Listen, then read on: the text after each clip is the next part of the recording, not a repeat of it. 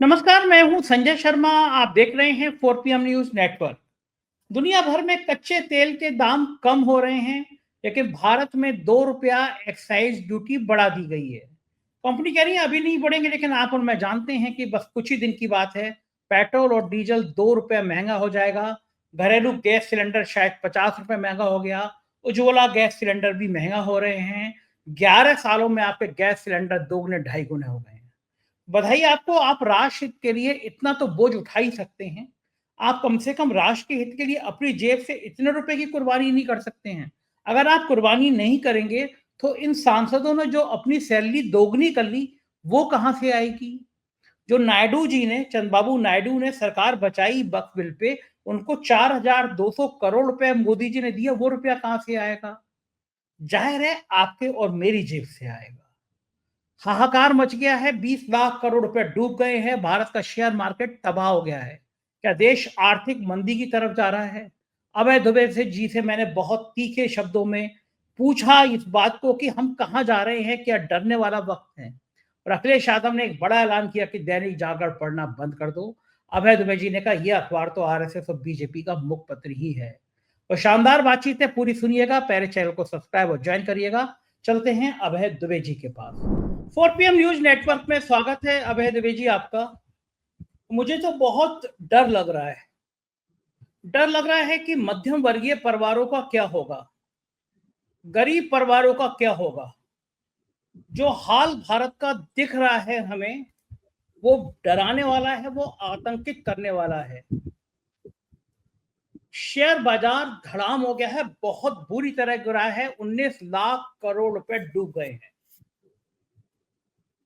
America और भारत के रिश्ते जिस तरह बिगड़े हैं, जिस तरह ड्यूटी लगाई गई है, जिस तरह टैक्स लगाया गया है, मोदी जी को समझ आ रहा होगा कि ट्रंप के लिए नारे लगाना कितनी बड़ी गलती थी। पेट्रोल और डीजल के एक्साइज ड्यूटी में 2 रुपए बढ़ा दिए गए हैं। कंपनियों ने कहा है कि फिलहाल नहीं बढ़ेंगे, लेकिन मैं और आप सभी जानते हैं कि जब एक्साइज ड्यूटी 2 रुपए बढ़ गए, तो अब नहीं तो हफ्ते भर बाद, 4 दिन बाद पेट्रोल और डीजल पे 2 रुपए बढ़ जाएंगे। घरेलू गैस सिलेंडर 50 रुपए महंगा हो गया। 11 सालों में 3 गुना 2.5 गुना बढ़ गया है। उज्ज्वला योजना के सिलेंडरों पर भी रेट बढ़ गए हैं। यानी कल सुबह जब हम उठेंगे, तो मध्यम वर्गीय परिवार पर मार पड़ेगी। पेट्रोल और डीजल को लेने के लिए बड़ी बड़ी कतारें लग गई हैं। लोगों को लग रहा है कि रात के 12 बजे के बाद महंगा होगा। रात से ही हम देख रहे थे कि लाइनें लंबी लंबी लग गई। ये देश जिस तरफ जा रहा है, क्या आपको आर्थिक मंदी की आहट सुनाई दे रही है? 2009 में हम तकदीर वाले थे कि जब दुनिया आर्थिक मंदी से जूझ रही थी, तबाह हो रही थी, तो हमारे पास मनमोहन सिंह जैसा एक अर्थशास्त्री था जिसने भारत को डूबने से बचाया। और ये बात सब जने जानते हैं कि भले आप उसको काला धन को, भले आप महिलाओं के छोटे छोटे जोड़ के रुपए रखे हुए हो, वो छोटे छोटे रुपयों ने देश को बचाया था। एक नोटबंदी से महिलाओं की वो छोटी-छोटी जो गुल्लक होती थी, वो गुल्लक टूट गई, नोटबंदी से आदमी तबाह हो गया। पूरे परिदृश्य पे आपको क्या सोचना है? क्या वास्तव में भारत और दुनिया आर्थिक मंदी की तरफ बढ़ रही है? आपको ध्यान होगा संजय जी, अभी आ, मेरे ख्याल से 1 हफ्ता भी नहीं बीता है, शायद उससे भी कम समय। मैं समझता हूँ 2 तारीख की रात को ट्रंप ने भारत के ऊपर 26% टैरिफ लगाया था। उसके बाद 1-2 दिन जो हमारे आपके बीच में चर्चा हुई, उस चर्चा में मैंने साफ तौर पे ये कहा था कि भारत अमेरिका से महंगा कच्चा तेल और अमेरिका की महंगी नेचुरल गैस लेने के लिए तैयार हो गया है। इसकी घोषणा नहीं हुई है।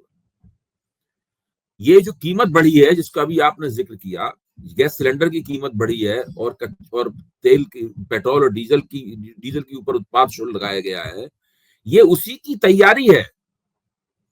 देखिए, जब आप अमेरिका से महंगा कच्चा तेल लेंगे, महंगी प्राकृतिक गैस लेंगे, तो आपको भारत में उसको और ज्यादा महंगी दर पे बेचना पड़ेगा, क्योंकि ये सरकार, चूंकि इसके पास आमदनी के और कोई जरिए नहीं है, ये तो शराब से इसको आमदनी हो सकती है या तेल बेचने से आमदनी हो सकती है, इसके अलावा इस सरकार के पास आमदनी का और कोई जरिया नहीं है, या जीएसटी से आमदनी हो सकती है। 3 इस सरकार के बड़े आमदनी के जरिए है। इसमें सरकार बिल्कुल इस बात को नहीं झेल सकती कि इसमें से कोई भी जरिया इसका कम हो जाए। अगर कोई भी जरिया कम होगा तो सरकार का दिवाला पिट जाएगा। अब आप देखिए, विडंबना देखिए, आज इंटरनेशनल मार्केट में कच्चा तेल $65 से भी नीचे चला गया।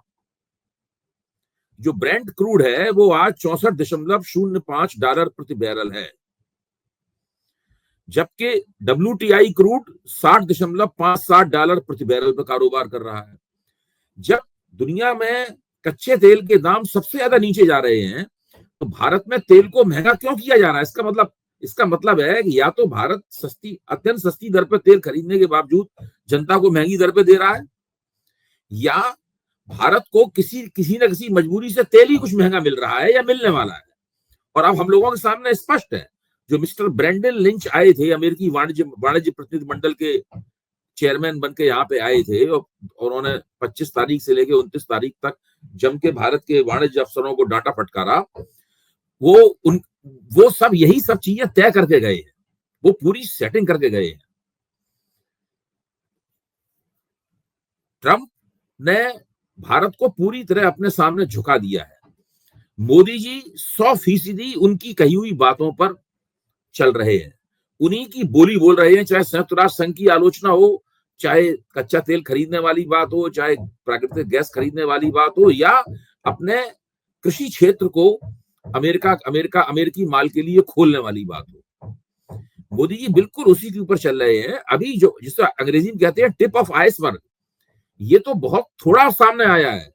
अभी भारतीय अर्थव्यवस्था अमेरिका में डोनाल्ड ट्रंप को संतुष्ट करने के लिए अपने आप को बर्बाद और तबाह होने की तरफ जा रही है, और भारत सरकार के पास ऐसा कोई तरीका नहीं है जिससे वो इस बात को रोक सके।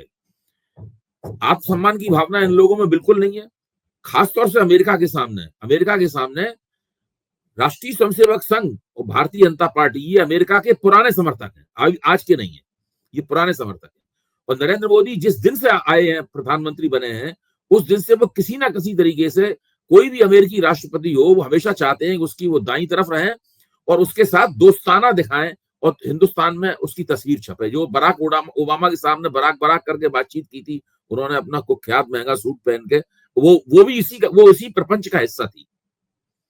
और अब वो डोनाल्ड ट्रंप के साथ भी कर रहे हैं। डोनाल्ड ट्रंप एक ऐसी मुहिम पर निकले हुए हैं जिसमें उन्होंने मान लिया है कि मुहिम खत्म होगी तो हमारे लिए तो तख्त होगा या तख्ता होगी, या तो वो सिंहासनारूढ़ होकर सारी दुनिया के बॉस बन जाएंगे अमेरिका के बॉस बनने के साथ साथ, या उनकी राजनीति पूरी तरीके से ढक्कन होकर ढह जाएगी, समाप्त हो जाएगी। वो तो इस मुहिम पर निकले हुए हैं भाई। अमेरिका में उनके खिलाफ बड़े बड़े प्रदर्शन हो रहे हैं इस वक्त, ट्रंप के खिलाफ, ट्रंप और मस्क के खिलाफ जबरदस्त रूप से हजारों लोग सड़कों पर उतरे हुए हैं अमेरिका में। और ट्रंप को इसकी परवाह नहीं है, वो इससे रुकेंगे नहीं, वो अपना काम चालू रखेंगे, क्योंकि वो कम से कम 1-1.5 साल तक अपने काम को पूरी तरीके से आजमा के देखेंगे कि उसका इसे कहते नहीं विशुद्ध नतीजा, उसका परिणाम क्या निकलता है। इस पूरे चक्कर में जो उनसे दबा हुआ भारत है, उसकी अर्थव्यवस्था पूरी तरीके से, जिस इलाके का रहने वाला हो उसको बोला वो घुटेला हो जाएगी, यानी घुटने के बल आ जाएगी वो अर्थव्यवस्था। ये स्थिति इनकी होने वाली है। महंगाई भारत में बहुत बढ़ने वाली है, मुद्रास्फीति भारत में बहुत बढ़ने वाली है। अब आप सोचिए, जब कच्चा तेल और महंगा होगा, गैस और महंगी होगी, तो महंगाई चौतरफा बढ़ेगी। तेल महंगे होने का मतलब ही ये होता है कि चीजों का ट्रांसपोर्ट महंगा हो जाता है, फिर और सारी दामों को नियंत्रित करने के सारी लगाम जो है वो निजी क्षेत्र के हाथ में है। सरकार तो उसमें कोई हस्तक्षेप कर नहीं सकती, पूरी तरह अर्थव्यवस्था निजी क्षेत्र के लिए खुल चुकी है। 90 के दशक से जो भूमंडलीकरण शुरू हुआ है, वो यहाँ तक आते आते पूरी तरीके से भारत जो है वो कारपोरेट सेक्टर के हाथ में चला गया है। तो ये कुछ कर नहीं सकते। निजी क्षेत्र कोई मौका नहीं छोड़ता है अपने मुनाफे को बढ़ाने का, वो निरंतर अपना मुनाफा बढ़ाएगा, वो दामों को कतई कम नहीं करने देगा। और कुल मिलाकर उसका परिणाम ये निकलेगा कि देश की जनता जो पहले से ही परेशान है और ज्यादा परेशानी की शिकार हो जाएगी। दूसरी तरफ आपने लोगों की नाराजगी को कम करने के लिए उनके सामने टुकड़े फेंकने का जो बंदोबस्त किया था, जिसको हम लोग लाभार्थी या बेनिफिशियरी कहते हैं, जिसको मोदी कभी कभी रेवड़ियां भी कहते हैं, आजकल तो कहना उन्होंने बंद कर दी है रेवड़ियां। तो वो उसकी हालत ये है कि आपने जो वायदे किए उस वायदे को कोई पूरा नहीं कर पा रहा है। हम लोग जानते हैं दिल्ली सरकार के बजट में इतना रुपया महिला सम्मान योजना के लिए रखा गया, उससे केवल 19 लाख महिलाओं को ही वो रकम मिल पाएगी जो उन्होंने चुनाव में वायदा किया था, जबकि उन्हें देना है 38 लाख महिलाओं को। इसका मतलब ये है कि अच्छा, ये भाजपा सरकार नहीं, हालत खराब है पूरी अर्थव्यवस्था की। तेलंगाना के मुख्यमंत्री जो कांग्रेस के हैं वो भी परेशान है, पंजाब के मुख्यमंत्री जो आम आदमी पार्टी के हैं वो भी परेशान है, वो भी नहीं दे पा रहे हैं, वो तो बिल्कुल नहीं दिया है उन्होंने जो वायदा किया था अभी तक। तो ये स्थिति बनी हुई है, लाभार्थियों की दुनिया पूरी तरीके से ताश के पत्ते की तरह ढहने वाली है। और जब लाभार्थियों की दुनिया ढहेगी, इतना गुस्सा पैदा होगा, मैं आपको बताऊं, इतना गुस्सा पैदा होगा, क्योंकि वो तो सीधे सीधे छल है ना, सीधे सीधे धोखा है, मतलब सीधे सीधे जनता के साथ किया गया फ्रॉड है। मतलब जो जब होगा इतना गुस्सा पैदा होगा, उससे हमारे लोकतंत्र के प्रति लोगों में आस्था पूरी तरह समाप्त हो जाएगी, और उसकी नाराजगी पार्टियों को, जनता को, सरकारी कर्मचारियों को, राजनीतिक कार्यकर्ताओं को, सबको देखनी पड़ेगी, झेलनी पड़ेगी। ये चीज धीरे धीरे ऐसे पकने लगेगी जैसे ही दुर्घटनाएं होना। मैं एक ऐसी भविष्यवाणी कर रहा हूं, ऐसा कयास लगा रहा हूं, इसको लगाते हुए मुझे बहुत दुख है, मैं नहीं चाहता हूं ऐसा हो। मैं अपना डिस्क्लेमर भी फाइल कर देना चाहता हूं यहाँ पर, मैं नहीं चाहता हूं ऐसा हो। भारत कोई श्रीलंका और बांग्लादेश नहीं है कि यहाँ की अर्थव्यवस्था या किसी एक सेक्टर की हालत इस तरह की हो। देखिए, इस हालत से निपटने के लिए भारत सरकार को बहुत ज्यादा गहराई में सोचकर योजना बनानी चाहिए थी। इन्होंने कुछ नहीं किया। ये लोग बस चुनाव में जीत गए, चुनाव में हम जीत गए, हिंदू हिंदू हिंदू, मुसलमान मुसलमान मुसलमान, यही सब करते रहे। इसी में इन लोगों ने अपना दिमाग खपाया। आज देखिए, मैं एक छोटी सी और इसमें बात जोड़ दूं, फिर आप दूसरा अपना सवाल पूछिएगा। जगन्नाथन साहब को हम लोग सब जानते हैं, वो भारत के दक्षिण पंथ के सबसे बड़े बुद्धिजीवियों में से एक है, गंभीर व्यक्ति है। वो दक्षिण पंथ के बुद्धिजीवी होने का मतलब ये नहीं है कि वो दक्षिण पंथ में जो गड़बड़ियां हो रही हैं उसकी आलोचना न करें। उनके लेखों को पढ़ने से हमेशा पता लगता है कि दक्षिण पंथ के भीतर क्या बहस चल रही है और उसमें क्या बेचैनियां पैदा हो रही है। उनका कहना है कि जो वक्फ बिल के खिलाफ नाराजगी है सारे देश में, वो नाराजगी बिल के खिलाफ इतनी नहीं है जितना वो ट्रस्ट डेफिसिट है। भारत के मुस्लिम समुदाय और एनडीए सरकार के बीच में किसी भी किस्म का कोई विश्वास नहीं रह गया है। ये उसका नतीजा है। बिल वगैरह बनते बिगड़ते रहते हैं, इतनी नाराजगी है, हर आदमी सुप्रीम कोर्ट की तरफ झपट रहा है। कौन नहीं सुप्रीम कोर्ट जा रहा है, हर व्यक्ति सुप्रीम कोर्ट जा रहा है इस बिल के खिलाफ। तो ये स्थिति है। जब ऐसी स्थिति में जो एनडीए की पार्टियां हैं उनको बहुत बड़े विद्रोह का सामना करना पड़ रहा है। उनके राष्ट्रीय प्रवक्ता जो है वो सामान्य तौर पर सारे अनुशासन का उल्लंघन करके नीतीश कुमार की आलोचनाएं कर रहे हैं। ये कोई छोटी मोटी घटना घटित नहीं हो रही है। पूरी देश की राजनीति बहुत इस वक्त गर्म हो चुकी है, और इसका पूरा का पूरा श्रेय दो बातों को। एक तो सरकार सिर्फ हिंदू मुसलमान करके ही चलना चाहती है, इसके अलावा ना उसके पास कोई विजन है, ना कोई दृष्टि है, ना कोई योजना है, ना उसने पहले से कोई पेशबंदी कर रखी है। और दूसरी तरफ भारतीय अर्थव्यवस्था आफत में आई हुई है, पहले से ही कमजोरी का शिकार थी, और ट्रंप साहब ने उस पर टैरिफ की जो मिसाइलें फेंकी हैं उससे बिल्कुल हम लोगों का पूरा शिराजा जो है वो तार तार हो गया। बिल्कुल ठीक कह रहे हैं। ऐसे माहौल में जब आम आदमी निराश है, परेशान है, सारा बजट गड़बड़ा रहा है, तो दूसरी तरफ कुछ दूसरी तस्वीरें भी दिखाई देती हैं। आम आदमी के दर्द को साझा करने के लिए, ये बताने के लिए हम तुम्हारे साथ खड़े हैं। सांसदों को अपनी सैलरी खुद आधी कर देनी चाहिए थी, मगर इस वक्त जब हर देश के हर इंसान की, बड़े उद्योगपति की बात ही कर रहा, मैं मध्यम वर्गीय गरीब तबके की बात कर रहा हूँ, उनकी आमदनी आधी रह जा रही है, खर्चे इतने बढ़ गए हैं। ऐसे मौके पे सबने मिलजुल के सांसदों ने अपनी सैलरी बढ़ा दी। एक ऐसे पत्रकार जो अपने रिश्वत मांगने के आरोप में तिहाड़ जेल में गए, जिनकी रिपोर्टें सिर्फ हिंदू मुसलमान करती है, हमारे आपके टैक्स के पैसे से उनको 15 करोड़ के पैकेज पे सरकारी एजेंसी प्रसार भारती में दिया जाएगा साल में। ये चीजें क्या है, आम आदमी को दर्द नहीं पैदा करती। हजारों करोड़ रुपया मीडिया पे फूक दिया जा रहा है, उनको दिया जा रहा है विज्ञापन के रूप में कि दिन भर वो हिंदू मुसलमान चलाए। अमेरिका में शेयर मार्केट ढहा तो लोग सड़कों पे आ गए। हमारे यहाँ बाजार खराब हुआ तो ये कब्र से औरंगजेब निकाल रहा है। कल उत्तर प्रदेश में एक मस्जिद के ऊपर चढ़ के फिर भगवा ध्वज फहराया जा रहा था। हमारे यहाँ आर्थिक परेशानी को खत्म कैसे हो, उसके लिए राहत देने की जगह ये सब किया जा रहा है। ये क्या, ये सब चीजें और दर्द नहीं देती आम आदमी को, दुख नहीं पहुंचाती?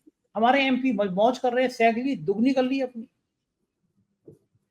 देखिए, आम आदमी के पास कौन सा जरिया है जिससे वो अपनी नाराजगी व्यक्त करे, बताइए।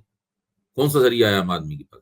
क्या आम आदमी की नाराजगी को जो टीवी चैनल हैं, टीवी चैनल के रिपोर्टर उसके पास जाएंगे, उसके मुंह के सामने माइक ले जाएंगे, वो कहेंगे भाई बताइए आप इस वक्त क्या किस हालत में है? क्या कोई पूछता है? एक दो पत्रकारों को छोड़ के, जिनको हम अच्छी तरीके से जानते हैं, जो बहुत मेहनत करते हैं, लोगों के बीच में जाते हैं, कोई जनता से उसका दुख दर्द नहीं पूछता। जो टीवी चैनल हैं वो एक बंधे बनाए ढर्रे पे जो सरकार ने तय कर दिया है उसके निर्देशों पे चलते हैं। इस बात को सब लोग जानते हैं। मीडिया स्पेस पूरी तरीके से कैप्चर हो चुका है। क्योंकि मीडिया स्पेस कैप्चर हो चुका है, इसलिए आम आदमी की पीड़ा कहीं निकल कर नहीं आती। आज इस देश में स्थिति ऐसी है कि अगर मीडिया जरा भी ईमानदार होता तो इस वक्त सारे किसी चैनल या किसी अखबार के सारे पत्रकार सारे देश में यही पता लगा रहे होते कि भाई इस वक्त हिंदुस्तान का आम आदमी इस आर्थिक बदहाली के माहौल में किस तरीके से जीवित रह रहा है, वो किस तरीके से रोजी रोटी उसकी चल रही है, कि क्या सरकार के बारे में क्या सोच रहा है, वो नेताओं के बारे में क्या सोच रहा है, ये सब वो पता लगा रहे होते। ये तो कहीं है ही नहीं बात। किसी चैनल के पास या किसी अखबार के पास इस प्रकार का कोई बंदोबस्त नहीं है, ना ऐसा करने की कोई उनके पास इच्छा है, ना ऐसा कोई करने का उनके पास कोई कार्यक्रम है। जो सोशल मीडिया है उसकी समस्या ये है कि उसके पास रिपोर्टरों का वो जखीरा नहीं है जो जखीरा कमर्शियल मीडिया के पास है। सोशल मीडिया चाह के भी इतने ज्यादा रिपोर्टर नहीं भेज सकता, इतनी तनख्वाहें देकर लोगों को नहीं रख सकता जिससे वो सारे देश में रिपोर्टर फैले। भाई एक एक किसी पुराने अखबार का एक एक जो रिपोर्टिंग तंत्र है उसमें सैकड़ों रिपोर्टर काम करते हैं विभिन्न इलाकों में। वो स्थिति आने में सोशल मीडिया में तो बहुत समय लगेगा। उसके लिए सोशल मीडिया में तरह तरह की पूंजी का निवेश करना पड़ेगा, उसका एक औपचारिक ढांचा बनाना पड़ेगा जो अभी है नहीं। तो सब कुछ कमर्शियल मीडिया के ऊपर ही, व्यापारिक मीडिया के ऊपर ही निर्भर है। व्यापारिक मीडिया का पूरी तरह सरकारीकरण हो चुका है। इसको हम लोग गोदी मीडिया भी कहते हैं, अब इसको सरकारी मीडिया भी कहते हैं। इसको जनता की तकलीफों से कोई वास्ता नहीं है। जैसे ही उसे पता लगता है कि सरकार चाहती है किसी मसले पे हिंदू मुसलमान किया जाए, वो फौरन शुरू हो जाता है। इस वक्त बंगाल में रामनवमी के सवाल पे चल रहा है, हर जगह यही चल रहा है। आज सवेरे शेयर मार्केट खुलते ही 20,000 करोड़ रुपए धम से गिरा। 20,000 करोड़ रुपए, 20,000 करोड़ रुपए का जो वैल्यू थी शेयर मार्केट्स की, मतलब शेयरों की, वो नष्ट हो गई। अच्छा, अब ये लगातार हो रहा है। आप देखिए पूरी फरवरी ये होता रहा, पूरा मार्च ये होता रहा, फरवरी के पहले से ये शुरू हो गया था। मुतबातिर ये सिलसिला जारी है और इसको रोक पाने की, इसको थाम पाने की कोई भी व्यवस्था सरकार के पास नहीं है। ये स्थिति है। ट्रंप ने तो सिर पे कफन बांधा हुआ है, मैं तो मानता हूं ट्रंप ने सिर पे कफन बांधा हुआ है। ट्रंप का मानना यह है कि हम जो तय करके आए हैं वो करेंगे, या तो हम राज करेंगे, या तो हम एम्परर हो जाएंगे, सारी दुनिया के सम्राट बन जाएंगे, या हमारा खात्मा हो जाएगा, हम इतिहास के कूड़ेदान में चले जाएंगे। इसके लिए वो तैयार बैठे हुए हैं। सवाल ये, क्या मोदी जी भी इसके लिए तैयार बैठे हुए? असली बात यही है। सवाल ये है, क्या भारत के हुक्मरान जो है इसके लिए तैयार बैठे हुए हैं? और ध्यान कीजिए, जब लोकतंत्र के प्रति निराशा होती है तो वो निराशा केवल सरकार के प्रति नहीं होती, वो विपक्ष के प्रति भी उतनी ही होती है। लोग विपक्ष को भी उसका उतना ही जिम्मेदार मानते हैं। हालांकि भारत में विपक्ष काफी प्रोटेस्ट कर रहा है, काफी विरोध कर रहा है। अभी देखिए वक्फ बिल के ऊपर जब वोटिंग हुई लोकसभा में, तो आप देखिए कितना अंतर दोनों के बीच में कम है। एक भी विपक्षी वोट इधर नहीं हुआ, सबने कटिबद्ध होकर वहां पर उसके खिलाफ वोट किया। कोई इसके अंदर गड़बड़ी हुई, विपक्ष में संपूर्ण एकता थी इस सवाल के ऊपर। कोटी कहने को तो जो वक्फ का समर्थन किया तो नायडू को 4200 करोड़ का गिफ्ट दे दिया उनके ड्रीम प्रोजेक्ट के लिए। ये तो खुलेआम रिश्वत है। हाँ, अब देखिए ये जो रुपया दिया गया है, ये जो रुपया दिया गया है, आप ये बताइए इस वक्त देश की आर्थिक स्थिति है उसमें इस प्रकार की रकम देने की क्या आवश्यकता थी? सरकार इसके पीछे तर्क क्या है? इसके पीछे तर्क क्या है? भाई आपने क्यों दिया? आपकी सरकार की हालत क्या है? उसके रेवेन्यूज की हालत क्या है? सरकारी आमदनी की हालत क्या है? खर्चों की हालत क्या है? ये तो जो जिस वक्त इस देश में हो रहा है सारा का सारा नी जर्क रिएक्शन है। सारा का सारा ये है कि बस किसी तरीके से जो समस्या सामने खड़ी हुई है उससे निपट लिया जाए। पूरी तरीके से मीडिया पे जो रुपया, आपने 15 करोड़ वाले पत्रकार का जिक्र किया, तो मीडिया पे जो रुपया सरकार खर्च कर रही है वो प्रचार और हेडलाइन मैनेजमेंट, सुर्खियों का प्रबंधन कैसे किया जाए, सरकार सोचती है कि इस तरह करके थोड़ा और समय खरीद लेगी वो। देखिए, ये जो रुपया खर्च किया जा रहा है, उसके लिए सरकार अपने जिंदा रहने का वक्त खरीद रही है। यही है, जिंदा रहने का वक्त खरीद रही है, जिंदा रहने का वक्त खरीद रही है। वरना देखिए, अगर हेडलाइन, अब सरकार सोचती है अगर हेडलाइन मैनेजमेंट भी नहीं होगा तो नाराजगी और तेजी के साथ बढ़ेगी। बिल्कुल ठीक बात है। आज उत्तर प्रदेश में भी एक खासा रिएक्शन हुआ। अखिलेश यादव ने प्रेस कॉन्फ्रेंस करी।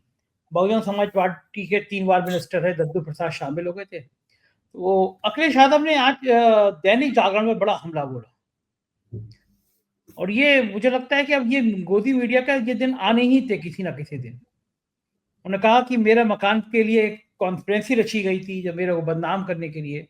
एक आईएएस अफसर अवनीश अवस्थी का नाम लिया, कहा कि दैनिक जागरण का अखबार पढ़ना बंद कर दें लोग, ये अखबार आप इस सत्ता के विरोध में है। मतलब इस तरह आपको लगता था कि अखिलेश यादव इस तरह नाम लेकर हमला कर सकते हैं किसी मीडिया संस्थान का? अरे भाई, आप क्यों भूल रहे हैं संजय जी, जब मुलायम सिंह यादव उत्तर प्रदेश के मुख्यमंत्री थे, मैं बहुत पुरानी बात बता रहा हूँ, 90 के दशक की बात बता रहा हूँ, जब मुलायम सिंह यादव उत्तर प्रदेश के मुख्यमंत्री थे, उन्होंने दैनिक जागरण के खिलाफ हल्ला बोल कार्यक्रम दिया था समाजवादी पार्टी के कार्यकर्ताओं को।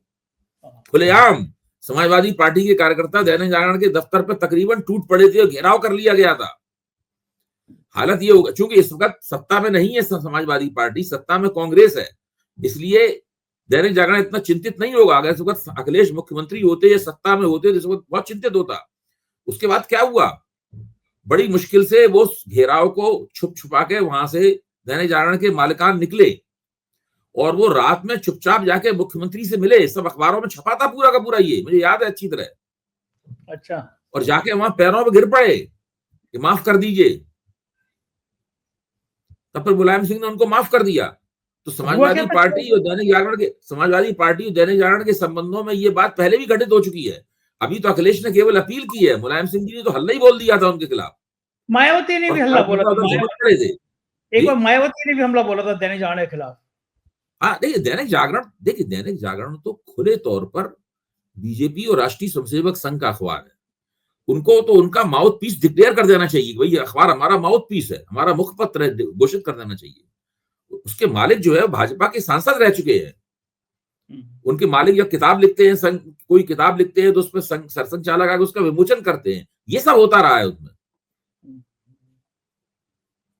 बिल्कुल ठीक कह रहे हैं। तभी आज फिर तेजी थी। उधर बिहार में राहुल गांधी पहुंचे आज कन्हैया कुमार के समर्थन में। उन्होंने सब सफेद टी शर्ट पहन के आज रैली निकाली और बहुत कसके राहुल गांधी ने हमला बोला। उन्होंने कहा कि अमेरिका के राष्ट्रपति ने भारत के शेयर बाजार की धज्जियां उड़ा दी और फिर संविधान की बात करी आज। और गिरिराज किशोर कह रहे थे कि इनको राहुल गांधी को तो भगवे रंग से चिड़े, इसलिए सफेद टी शर्ट पहनने का आह्वान कर दिया। अब बताइए, सफेद टी शर्ट से भी इनको चिड़ोगी बीजेपी को? इसका क्या राज? देखिए, गिरिराज सिंह को तो और कुछ आता नहीं है। सॉरी, मैं गिरिराज मुसलमान सनातन जी, हिंदू मुसलमान सनातन के अलावा गिरिराज सिंह को और कुछ आता नहीं है, और कोई एंगल उनको पता नहीं है। पता नहीं बीजेपी वाले देख पा रहे हैं नहीं देख पा रहे हैं।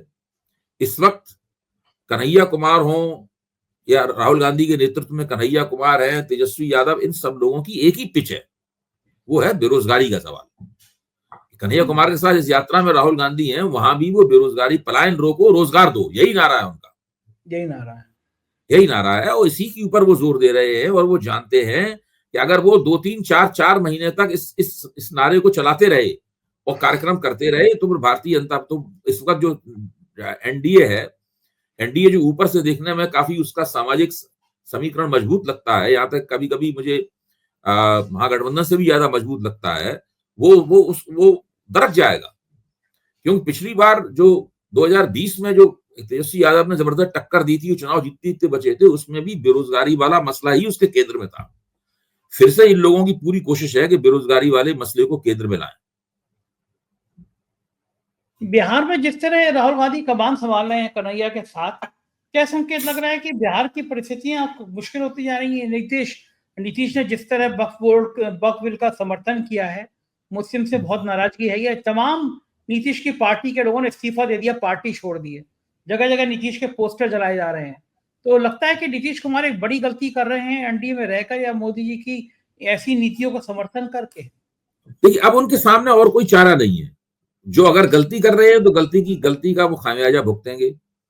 अब वो मुझे नहीं लगता कि नीतीश कुमार के सामने कोई चारा है, बशर्ते नीतीश कुमार को कहीं अगर ये लग गया 1-2 महीने के अंदर कि भाजपा ने उनको मुख्यमंत्री पद से हटाने की चुनाव से पहले या चुनाव के बाद कोई योजना बना ली है और उसकी उन्हें सुगुगार लग गई, तब तो वो कुछ भी कर सकते हैं। लेकिन मौजूदा स्थिति में मुझे लगता है कि वो दोनों एक या तो साथ साथ डूबेंगे या साथ साथ तैरेंगे, इसके अलावा उनके सामने और कोई चारा नहीं है। अच्छा, अब चूंकि वो लगातार सरकार में है, सरकार चला रहे हैं, तो एंटी इनकम्बेंसी जो होगी उन्हीं के खिलाफ होगी। Anti incumbency Bharatiya Janata party उनके पीछे छिप जाती है। वो ऐसा जब फायदा होता है तो फायदा खुद लेने की कोशिश करती है और नुकसान होता है तो कह देता है ये नीतीश कुमार के खिलाफ एंटी इनकम्बेंसी है। भाजपा को तो रवैया ये है। बिल्कुल ठीक बात है। देश की राजनीति ऐसी गर्म होती रहेगी। बहुत बहुत शुक्रिया अभय जी, आपने हमसे बातचीत की। Thank you. ये थे अभय दुबे जी और मुझको यकीन है ये बातचीत आपको पसंद आई होगी। अपने प्यार भरे कमेंट से जरूर बताइएगा बातचीत कैसी लगी। शुक्रिया, थैंक यू।